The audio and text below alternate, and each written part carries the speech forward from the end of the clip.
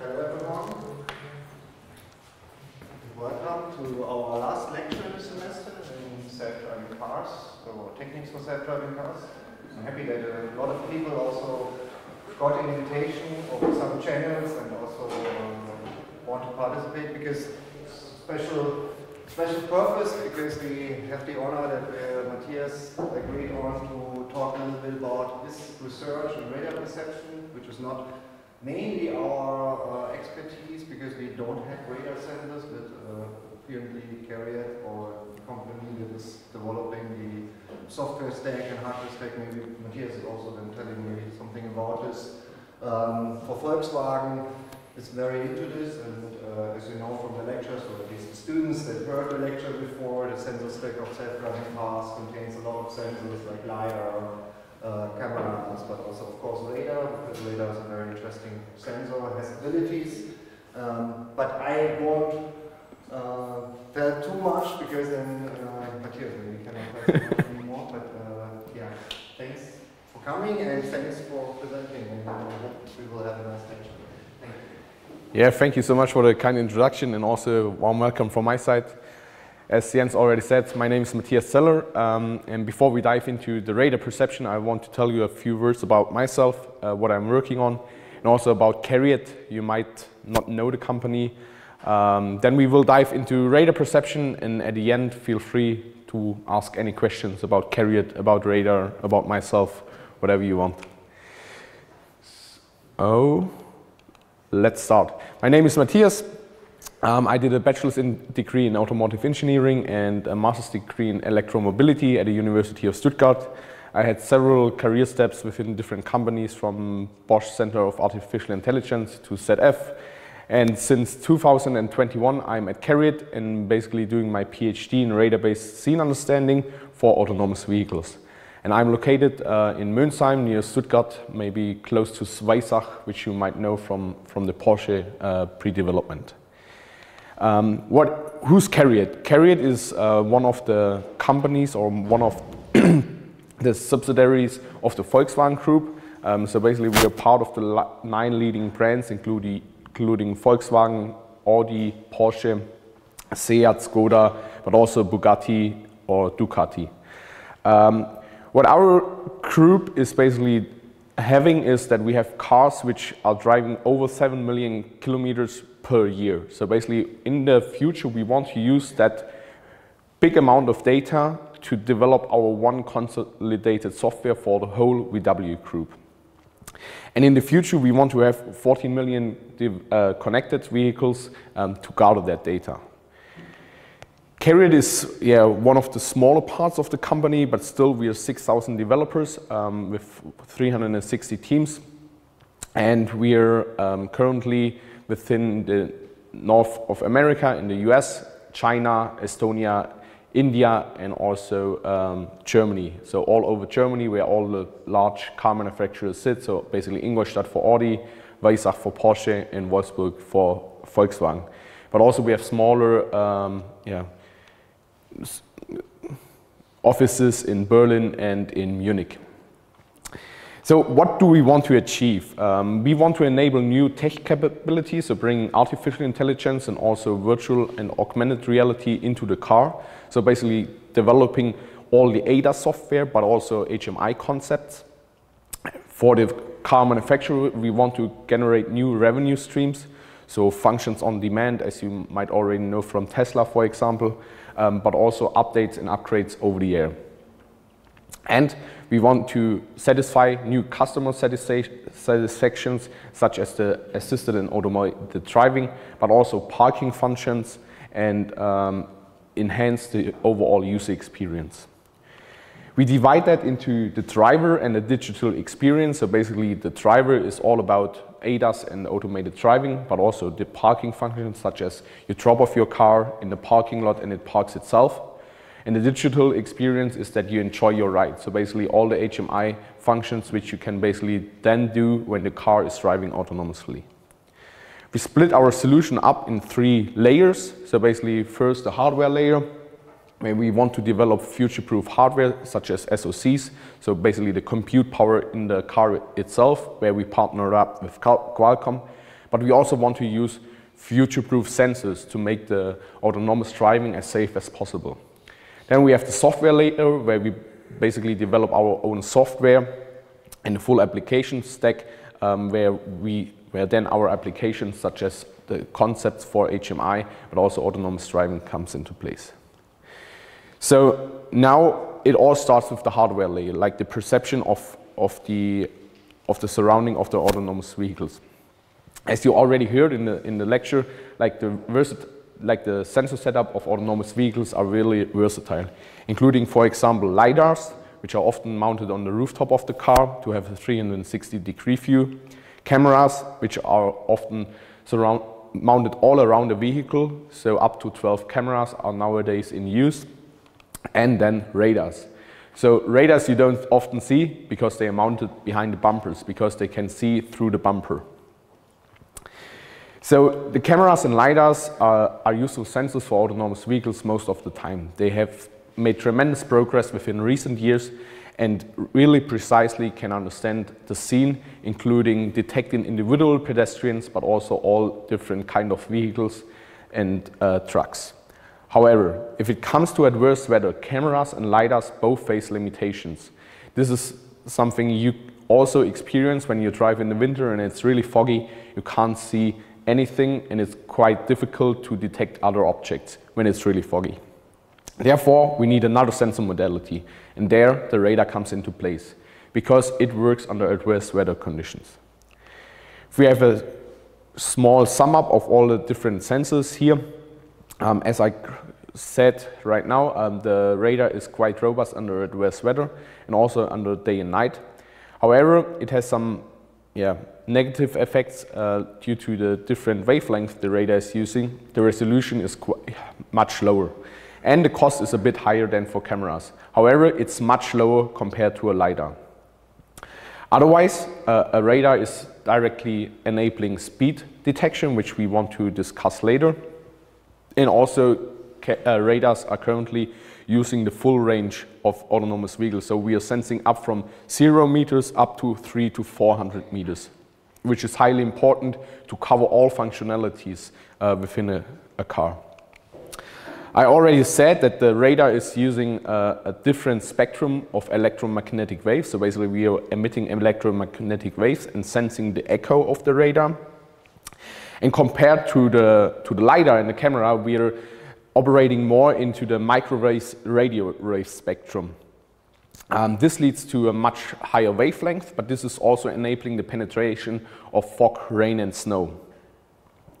So this is also the reason why we mount the radar behind the bumpers, which is especially helpful to convince all the design people to use radars because they don't influence the outer look of the car. So one small remark why we're using the 77 to 81 gigahertz. You can see here, this is the attenuation which is normally affected, like the emission of the electromagnetic waves is affected by attenuation. And here is basically one of the sweet spots where the attenuation goes down again. This is why we're currently operating in this domain. Furthermore, you can see here that the radar sensor, what's happening when he's going through a material, we basically can see still the target behind it, and the echo is received by the radar sensor. So what does this higher wavelength basically also affects? So basically, most of you might already have seen a LiDAR point cloud, and what we get is basically a really sharp detection of an individual point. However, due to the effect of the higher wavelength and like we are restricted in the size of our radar antenna, the beam gets much more wider. So basically, a radar beam can cover complete objects and not just individual points within our 3D surrounding. You can think of that when we emit a large beam and get an echo from the object, we don't really know where this echo exactly comes from. This is why also the resolution of the radar is much more, or is much worse compared to a LiDAR sensor. So let's dive more into detail how the radar actually works. So basically for a radar sensor we need at least one transceiving and one receiving antenna. So basically we need to transceive an electromagnetic wave and also receive the echo. So our minimum is 2 antennas which are required. What a radar sensor does is emitting electromagnetic waves, which is basically a power emission. This here is the basic radar equation. We just want to get the basic concept of the radar equation or the transmitting of the signal. So basically, we want to detect an object, so basically we need to receive an echo. If we don't receive an echo, we can't detect that object. So this is our receiving power R. And our receiving power R, first of all, depends on the transmitting power. So how much power do we transmit to detect that object? However, if you think of in a crowded street scene, we don't want to emit too much power because like if all the cars emit too much power, there might be a lot of interference within the different cars and no one can detect the objects at all or get some really wrong objects overall. So basically, the transmitting power first is limited itself. The second term is the characteristics of this radar sensor. As I said, like you can't emit or you can't use a too big radar sensor because it does not fit into the car. But the echo which is reflected back to the radar sensor can then just be detected by the small area of the sensor. The third term describes the object itself, which is also called radar cross-section. So basically similar to the reflection of light from different materials. The radar sensor or the radar waves get reflected dependent on the object surface, but also the material. So basically, a plastic surface is emitting much less radar energy compared to a metallic surface. And the fourth term is basically the outward and the return path. So basically, when we send out a beam, it's following a ball shape, basically. And when it's emitted back, it's also following a ball shape. So basically what you can see here with the R, which is our distance of the object, that our received power is decreasing by the power of 4 of R, which is also described here. So basically, I told you that we can sense up to 300 to 400 meters, but then it's getting quite difficult because we would have to increase the power into such dimensions that other cars most probably get affected. Furthermore, what is also interesting is that the radar cross-section, which describes the object itself, can be useful to describe objects. So basically, since we know that the material is affecting the overall echo which we receive, we can, for example, also use this information to differentiate between a car, a truck, or a pedestrian, where a pedestrian has a much lower RCS value compared to a truck, for example. The second principle to do radar measurements is the time of flight, which you already know from LiDAR signal processing. So basically what we measure is just the time from emitting the radar signal to receiving back our echo, where we can determine our distance. Furthermore, I already told you that we can also determine the Doppler velocity. The Doppler velocity might be well known from the most simple example, the ambulance, which is passing by, which is basically first compressing the wavelength or the wave which increases the frequency. So basically you hear a higher signal, and then when it's passed by and driving away, basically you have the effect here on the right side, which is basically stretching the signal, and you have a lower frequency. So what we basically use is when a car is driving, so basically and wants to detect an object, or we are standing still and the other car is passing by, we are basically measuring these frequency change and can directly determine based on the Doppler velocity our radial velocity.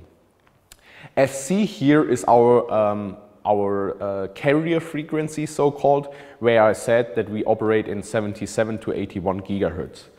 When we simplify that, we can directly determine basically the radial velocity of all the objects around us, dependent for the detections, based on the Doppler frequency. So let's have a short recap. So the characteristics of the radar depend on the wavelength of the electromagnetic wave, which also helps us to see through fog, snow, and rain. The radar cross-section depends on the object and gives us an additional information about the object. And we use the time of flight measurement to measure the distance and the Doppler effect, which changes the frequency, to determine the Doppler velocity. So how does the actual signal processing work in an automotive radar? We use frequency modulated continuous wave radars, where we send out frequency chirps or chips, ramps, which are basically like that. Here you can see the signal. So basically what we do is we increase the frequency over time, drop it to the original carrier frequency, and then increase it again, which is our transmitted signal. Our received signal looks like that. So basically we continuously send this signal and also continuously receive a signal. When we now have one static object, we will receive a signal like that. So basically it's just time shifted. This time shift, as you already know, comes from the time delay of the time of flight measurement. So basically if we process both signals, we can directly determine the time of flight of these two signals.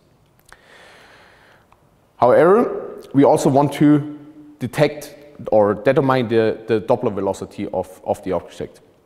So basically when we have a reflected signal of a moving object, you can see the frequency changes. So basically in this case it increases. So basically we have definitely a relative Doppler velocity. This Doppler velocity can be determined here right at the falling edge, where we know when we don't have a Doppler velocity, it would be exactly the same, like the frequency does not change. So basically here we can directly determine the Doppler velocity. And also from the Doppler frequency and determine the radial velocity. However, this leads to a problem. The problem is that we have a range Doppler coupling. As you see on the top, when we receive, we do not know when exactly the falling edge is happening, and it's not possible to precisely determine that in the signal processing. So basically what we do is basically we evaluate our received signal in the time where our frequency is increasing. So basically we have now like the Doppler range coupling, which cannot be solved. So basically we know, okay, one part of the frequency shift is due to the time delay and the other part is to the Doppler frequency. So this might be a possible solution, but also we can have a higher time delay with a higher Doppler frequency shift, which also would be a possible solution. To solve that, we need a dedicated signal processing, which I don't want to dive into detail because this would fill up more than one lecture. But what we basically do in simple words, we do a slow and fast time processing. In the fast time, we say, okay, we do the signal processing that fast that we reduce basically the effect of the Doppler. That during that time we try to determine the range, the Doppler has basically no effect and we have a quasi-stationary assumption. And in the slow time, we then basically first we determine our range. We basically know our range now and say, okay, dependent on that range, we get a change in the range over time, which is basically the slow time, which is just affected by the Doppler effect. And this is basically then what we do in the slow and fast time processing to decouple or to get rid of the decoupling. What we get then is basically like something like a range Doppler map. So basically we get some peaks within our surrounding where we determine the range of the object, but also the Doppler velocity. So let's have another recap. In automotive radar sensor, we use frequency modulated continuous wave radar. However, we have a range Doppler coupling, which we need to resolve by the fast and slow time processing. And we need an advanced signal processing to determine the Doppler velocity and also the range. So for the scene understanding, we require also the precise localization of objects. So basically, by the range and the Doppler velocity, we actually don't know where exactly the object lies. So basically, it's just within our beam, and when we use a really large beam, we have a resolution of maybe just 30 degrees. And this is way too less to really determine where an object lies and to, for example, path planning and navigation. Therefore, another concept comes into place. So basically, now we go from one transmitting and one receiving antenna to multiple receiving antennas. Basically, what we do is we send out one beam and get the echo for multiple receiving antennas. So what we do now, for example, dependent on the incident angle, we know the signal needs more time to travel to more distance antennas. Since we know the distance of the individual antennas, which are basically determined by the manufacturer, we can determine, based on the phase difference of our received signal, the angle phi. So basically now we know from which direction basically the incident or the object is coming from. So this would result in angle or the azimuth angle. However, for 3D segmentation, for example, or 3D scene understanding, we also want to measure the elevation of the object, and therefore we need a two-dimensional antenna array, which basically the same concept applies, where we now not just comparing the phase difference between the lines, but also between the rows of the receiving antennas. So what we get at the end is a range angle Doppler cube, as you can see here on the right. For example, where we have now objects without a Doppler velocity, however, with a range and also a precise angle. So the angle can be also like azimuth and elevation. So now you might ask yourself, why is there are a lot of speckles? Like, if there would be no object or no signal at all, this should be all dark blue. So, but as it looks like, most of the whole Doppler angle cube is covered. And the problem here is clutter and noise of radar signals. So the noise and ambiguities first start with the multipath propagation, which results, for example, in ghost targets. So basically, since we are sending out not just a really small beam, a larger beam, also we get reflections from the floor or from other buildings, which are then again reflected, hitting a target which we want to actually detect and coming back to the sensor. Since the sensor does not know how the signal gets to the target, so basically this line here is unknown, he thinks of, due to the time of flight measurement, that the signal would travel to the target and back. So basically, since it takes longer to take this way, we will get ghost targets within our point cloud, which are also seen as the speckles within the radar angle Doppler cube. Also, we have some sensor noise, which are basically random fluctuations. So basically, this will appear within one scan and disappear within the other scan. And also, we have ambiguities in the signal processing and the inference of different reflections within our near field, which also needs to false detection.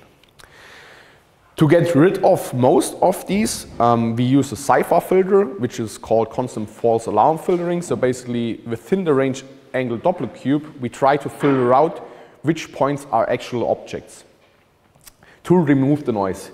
So basically, this would be, or most of these peaks would be noise, and just these peaks would be our final detections then. However, as the name already says, we have false alarms. We have a constant false alarm rate. So basically, at the end, we will always have noise in our radar point clouds, which we can't get rid of. So if we reduce the false alarm rate, we also reduce the number of really detected objects, which are actual objects. So at the end, from this filtering, we then get in the range angle Doppler cube just 3 remaining points, which we then can use as our point detection within our 3D scene. So this can be converted into Cartesian coordinates, so basically x, y, and z. So basically what we also get from the radar sensor is the Doppler velocity, as I said. And we could also use from our first radar equation the power intensity of the radar sensor, which also gives us information of how strong is the reflected signal. So is there something missing? Yes. As I said in the beginning, we can also use the radar cross-section. So basically, dependent on the received and the transmitted power, we can also determine basically an apparent area, which is determined on a corner reflector as relation. And here on the right, you can see like the different RCS values when you, for example, have one single point on a man, an automobile, or a truck, which is often used in decibel square meters. So what we get from the radar sensor is quite versatile sensor information. So X, Y, Z, we can also ego motion compensate the Doppler velocity. So basically we know the true velocity of the target, the power intensity, and the radar cross-section. And these radar information are provided by most of the radar sensors, but also just a few of them. So when we have a look on the automotive sensor setup, we have a versatile setup of radar sensors. First of all, we have a scanning radar, which is the most prominent one is from Navtech, which is mounted on the rooftop of a car, which is, for example, often not used because of the packaging, because a lot of design people don't think it looks nice that we have a really big radar on the top of a car. And on the other side, we have solid state radars, which often are mounted all around the vehicle. So basically we have up to 6 smaller radars or small corner radars and 2 or 3 front-facing radars. So in total, up to 9 radars mounted all around the vehicle to also enable a 360-degree view. We use more radars or more solid-state radars because they're often still cheaper, even if we use much more, and the packaging is much better, and we can mount them behind the bumpers, which is also a highly benefit. Then we further can differentiate between the radar types as short-range radars, which sends up to 30 meters, but cover a really large range of field of view. Then we have mid-range radars, which are, for example, used for automatic emergency braking, which you might have already experienced in nowadays cars, and the long-range radar, which are used as front-facing radars for the adaptive cruise control. So, for example, like the highway assist, which also most of the cars have today. So also these different radar sensors provide different sensor information. For example, the Navtech radar just uses power readings. So basically what we get here is just the information how much power I receive back from which location of the surrounding of the vehicle. This is a scanning radar where we scan in 400 steps to cover the whole azimuth range of 360 degrees. The next thing is that we directly get the range angle Doppler cubes. So basically we have no pre-processing of a Cy-Far filter, we directly get that information. But as you can see here from the Carrera dataset, even that it's marked, it's quite hard that, for example, here in front of it is not an object, it's noise, and where the actual object really lies. And then the most prominent ones, I would say, are the 3D radar sensors, which is also as the Continental or the Bosch radars. 3D means 3 X and Y coordinates plus Doppler velocity, but also it provides, for example, the radar cross-section, as you can see here. And also, due to the different colors of the radar cross-section, you can see that, for example, here a truck can be differentiated between the oncoming cars. But also we have the information of the Doppler velocities, which actually help us to understand the scene and especially detect moving objects in the scene. And then there are newer sensors, like for example the ZF 4D radar sensor, which means X, Y, Z coordinates plus Doppler velocity, but also the RCS value. But as you can see here, it gets quite clear how sparse such a radar sensor is compared to a camera. However, we need it to compensate for the shortcomings of cameras and LiDARs, especially for bad weather situations. So the radar data has versatile radar presentation. So basically when we want to work with radar, we have to address the different sensor modalities. However, the most common in automotive are 3D and 4D point clouds, since the manufacturers want to protect their intellectual property. This means they don't want to basically enable re-engineering their filtering process. Because the CIFAR filtering is, I would say, the most difficult part of the whole signal processing to get out a really noise point cloud. And since they still want to sell their sensors, you don't get the raw sensor information most of the time. So what we are faced to, we need to process radar point clouds. So basically still 3D or 2D point clouds within the 3D scene. So the radar signal processing should be quite similar to LiDARs. However, if you have a look on the LiDAR versus radar data presentation, for the LiDAR, the point cloud within one time step looks quite similar, also due to the effect of the small beams which are sent out. For the radar data, the detections depend on the signal processing and also change over time. So basically, where the point exactly lies within this radar beam which we send out is often affected by small changes in the received power and also in the signal processing. So the problem is that, for example, the processing of radar point clouds, first of all, is much more sparse, but also gets more difficult since the points are changing over time.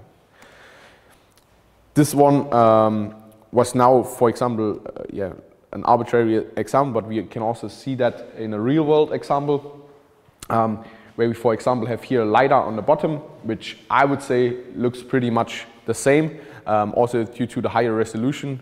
But when we have a look on the radar, for example, we have 3 points here, more on the top of the car, which are not there the next time step. So for the radar signal processing, we need to process sparse and noisy radar data.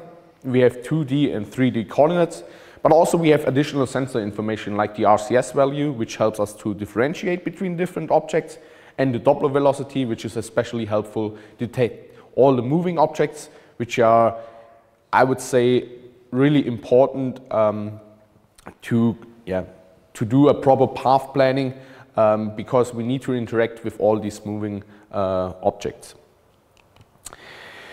So the early radar perception was basically filtering out all the static objects. So basically they also focused on just processing moving objects.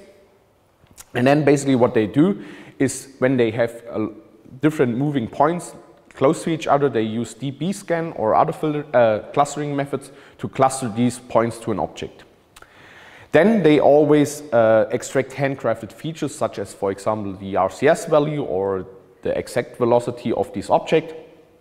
And then they basically have a description of this object. However, within one radar scan, it's not really identifiable if this is, for example, a ghost object or if it's a real object. And therefore, they want to verify or always verify the group extraction over time. So basically what we see, or what is well known, is that the noise changes over time. So basically it appears and disappears over the time steps. However, if we detect a real object, this object appears close to the original location all the time. So basically they try to always track these objects over time, and after 6, 7 or 8 time steps, the object is still there. They say, okay, this is a verified object, and this is basically determined that this is then an object, and we assign an instance which we need to interact with. However, this also takes time, that we need 3 to 4 or more time steps to really identify an object. And radar perception today, where I'm also working on, is a data-driven development, including deep learning for radar perception. And now there are open challenges, so how to process the noisy and sparse radar data, and which perception tasks should be actually addressed. And also for the supervised learning, so how can we efficiently label the data, or how can we label the data at all? Because like, if you get a sparse radar point cloud, it's quite hard even for a radar expert to detect these objects or to label these objects as ground truth. So I adopted here the common representations or operations for the point cloud processing. So voxel grid projections are well known from LiDAR signal processing. Where, for example, in the projection, which are also used for radar signal processing, but then it's a top-down projection, not to a range image, because we often have just the X and Y coordinates, where basically projection into a range image would result in a line. But however, we observe that for both projections, we induce discretization artifacts and therefore a loss of information. Since our radar point clouds are already quite sparse, we should prevent all loss of information. And there basically then the graph convolutions and the point operation comes into place, that we want to keep our data as it is, and keep as much information within the neural network as possible to enhance our overall performance. So the information is rare and therefore the information loss should be definitely prevented. So what we now know is that we need to process the points individually by graphs or by points. However, it's still difficult to label all the data. And similar to the processing of, or the traditional processing of radar point clouds, we also focus on the moving objects. Since then we have the additional information of the Doppler velocity, which definitely helps to identify these moving objects. And to label that, we always need a reference image. So basically from the point cloud itself, it's quite hard to differentiate between, for example, a faraway truck and a closer car. However, if you have the reference image or some LiDAR reference system, we still can label that. And our first task, which we want to solve, is then semantic segmentation of moving objects. Because this is essential to then do safe path planning, also under adverse weather, for example. So the state-of-the-art approach, or one of the state-of-the-art approaches is PointNet, which uses an aggregation of scans. However, if you think of an aggregation of scans within a car, this always leads to latency, which is disadvantageous, for example, for tasks which require immediate feedback, such as collision avoidance. Why do they do the scan aggregation? Basically, they want to solve the first problem of sparse radar point clouds. So basically, with the densification of the point clouds, by aggregating multiple scans, they can get rid of that. However, due to the negative effect of the runtime, our goal is to be the applicability in autonomous vehicles. So basically what we want to achieve is single scan processing, want to extract strong features, and also perform a reliable identification of the moving objects and their corresponding class. And our solution here is a transformer-based architecture. What are transformers? So the most prominent transformer, which you might all know right now, is basically ChatGPT. And yeah, one thing you could do is basically you can also ask him what he thinks about radar sensors. And he also says that they have a lot of benefits as long-range sensing and also weather robustness. So not I'm also telling you that, so also ChatGPT does. But what is the basic concept behind the transformer?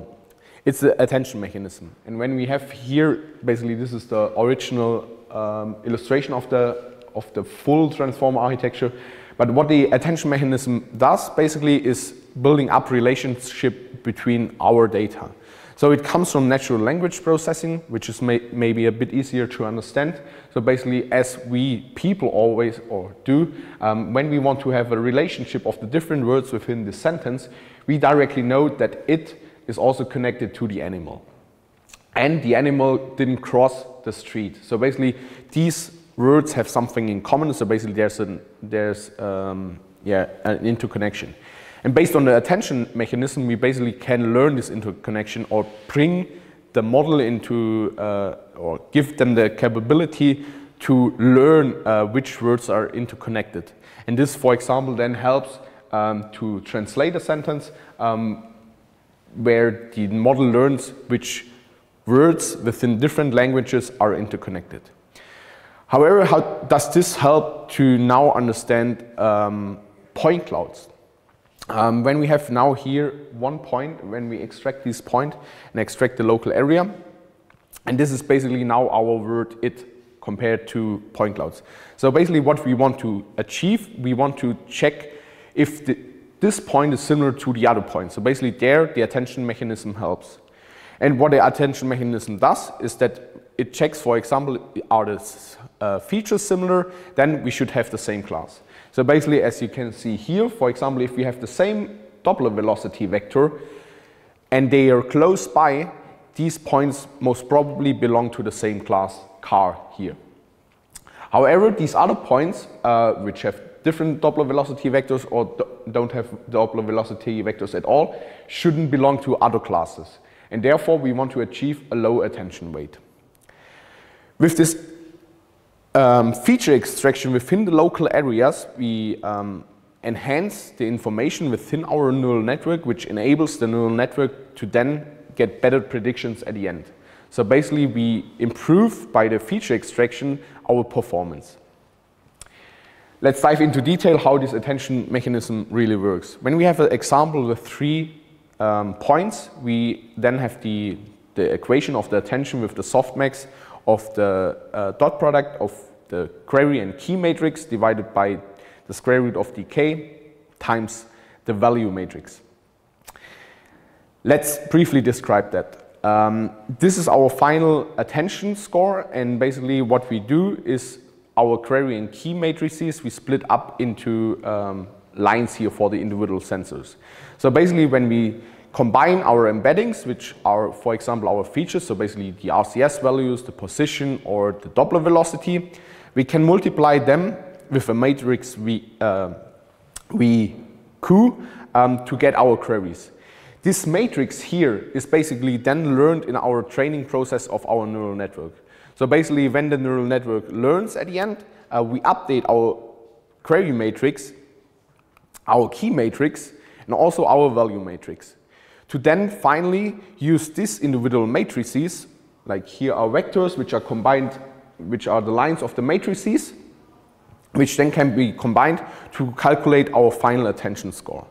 So basically what we learn in our network is basically then the relationship of the individual points. This leads to dot product of the query and the key vector, which should be high for similar points, so basically for the self-attention for the point itself, which is here, but also for other neighboring points with the same class, and low for the points which are from a different class. If we now neglect the square root of decay and directly process it by the softmax, we receive our attention weights. So basically we have a high attention weights for the same class, which is processed by the softmax function, and a lower attention weight for other classes. These attention weights are then used to multiply with the value vector. So basically what our attention weights does is basically weighting the information which then gets combined into one output, which is basically the output of our attention function. So based on these attention weights, we can direct the information flow within our network and extract strong features to finally segment our point clouds. This is our Gaussian radar transformer, where we basically, or my Gaussian radar transformer, where we basically use this attention mechanism, integrated it into our point cloud, and basically just input one single radar point cloud and directly predict the different semantic classes such as car, bike, truck, and static. What we could achieve with the transformer architecture and our optimization, we can now just process one single individual scan and reduce therefore the latency, however also enable reliable semantic segmentation of the moving objects. As a small example here, for example compared to other state-of-the-art methods, we could also reduce the false negative, the missing detection here, but also get rid of false positive detection.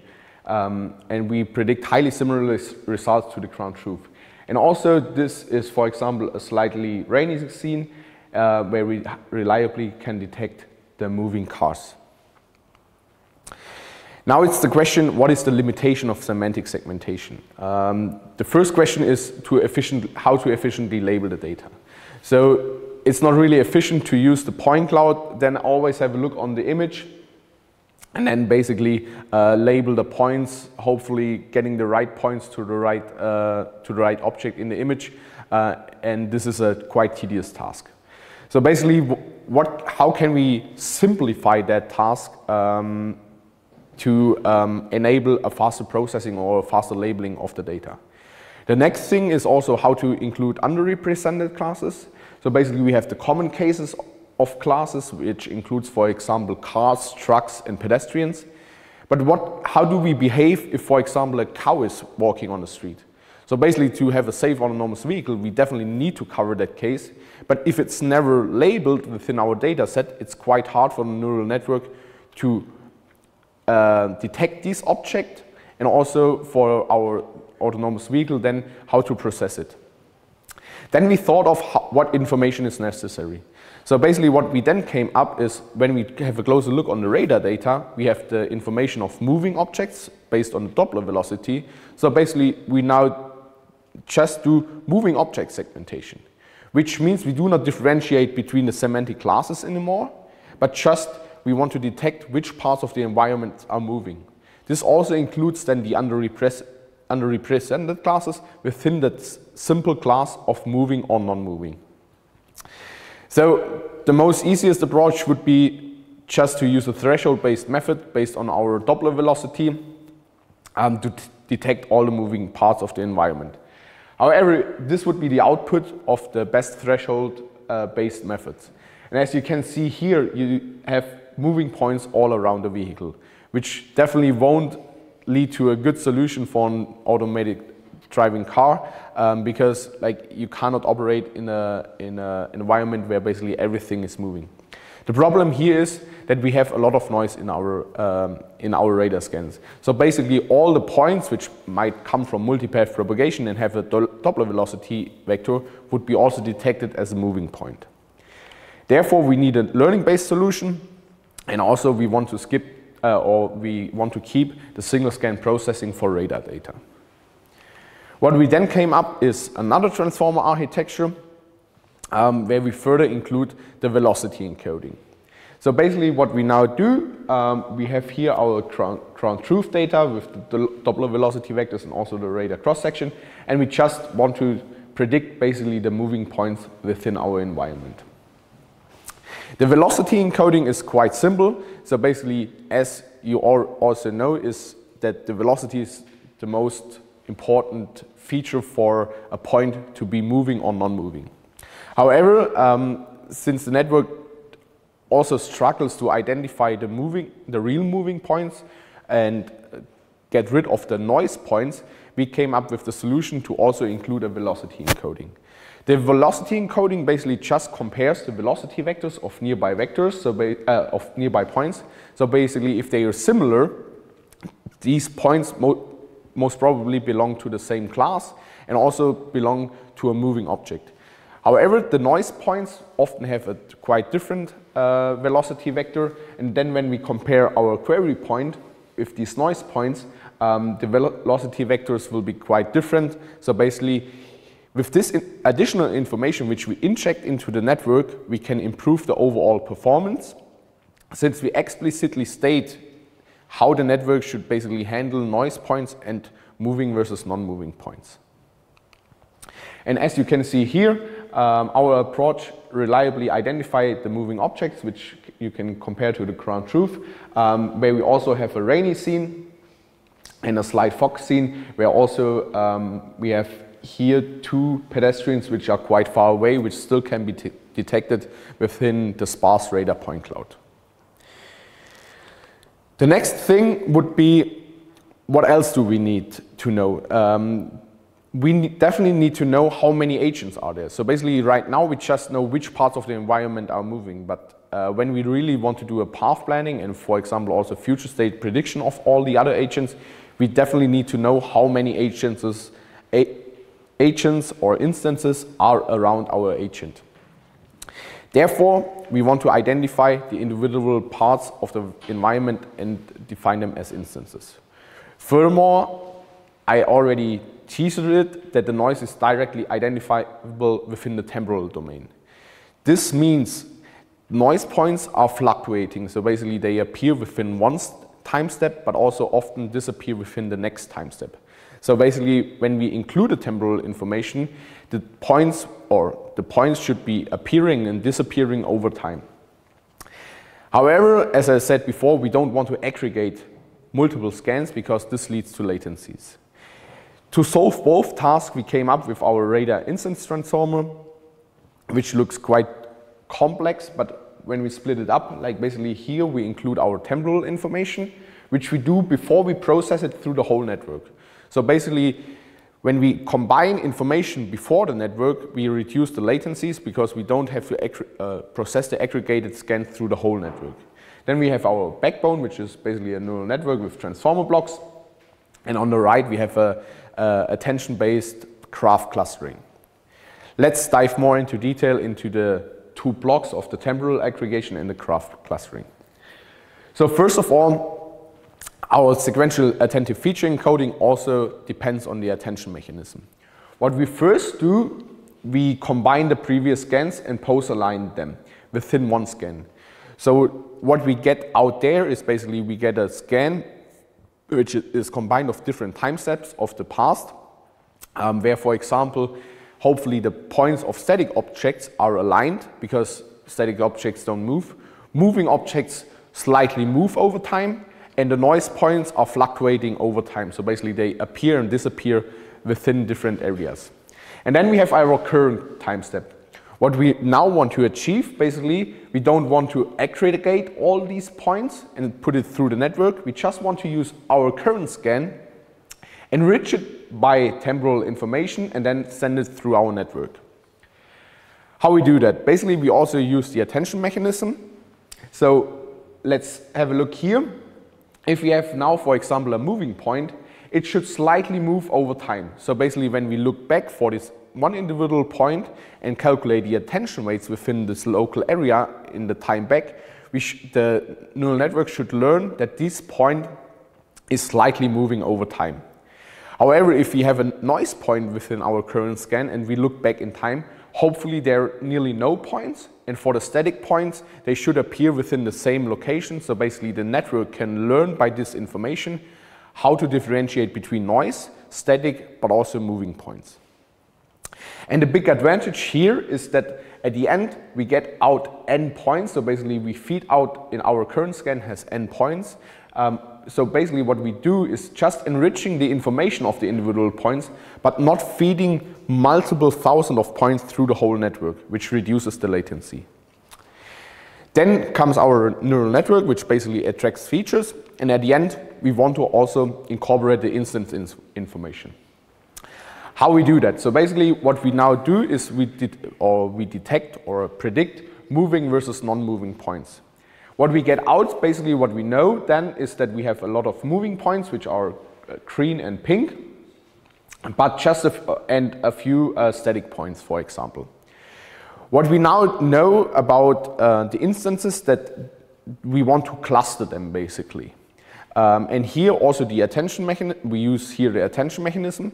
So basically we want to learn the network that the points which belong to the same instance are highly interconnected and have high attention weights, and points which belong to different instances have low attention weights. With the attention weights, we then can do basically a clustering where we basically cut or remove the interconnection of the low attention weights.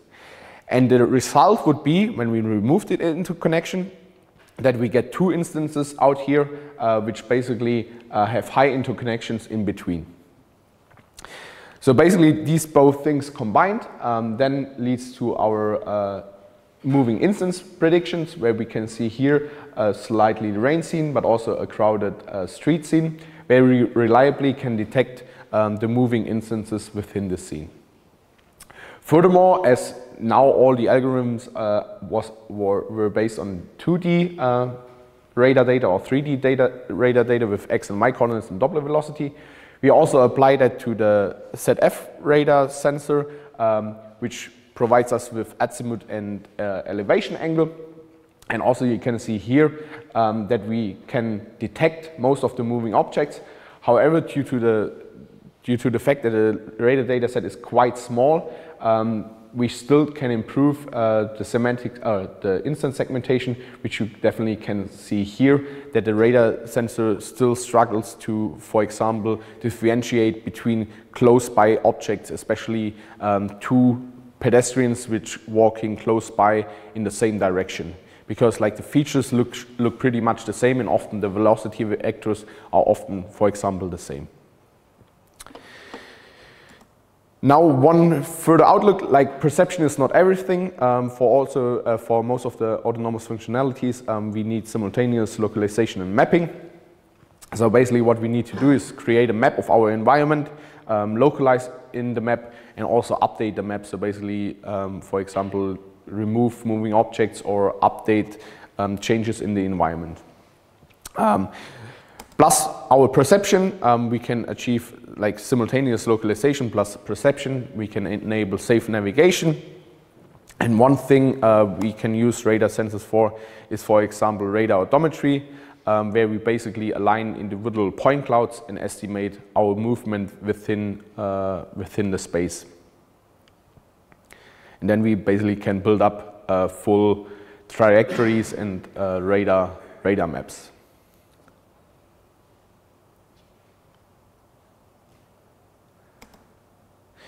So where are we right now? Like one headline which was published this year, Waymo vehicles pull over in San Francisco due to fog.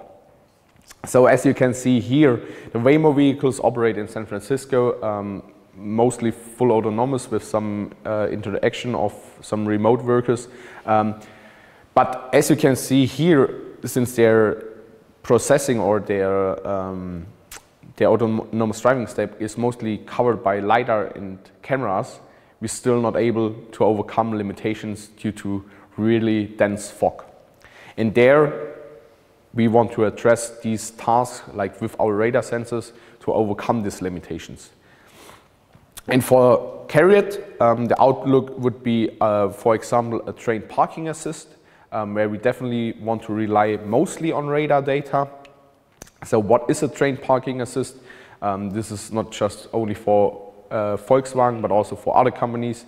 When you basically buy a new car, you can use your trained parking assist when you come home, drop off your groceries at your front door, and then basically park your car in the garage. You do that once, so basically what you want to do is basically you want to detect all the objects, say to the car, okay, please record this trajectory where I basically drop off in front of my car and park in the garage. And for all the next times I want to come home, get off with my groceries or my kid, you park yourself within the garage. And for example, this is often based on cameras and other stuff, but also mostly on radars, because radars are already available in nowadays car. So basically the radar sensor is here used for full perception. So basically we want to detect objects. So basically, is your kid running in front of the car, or is your dog running in front of the car? We need to brake, we need to plan, and also create a map.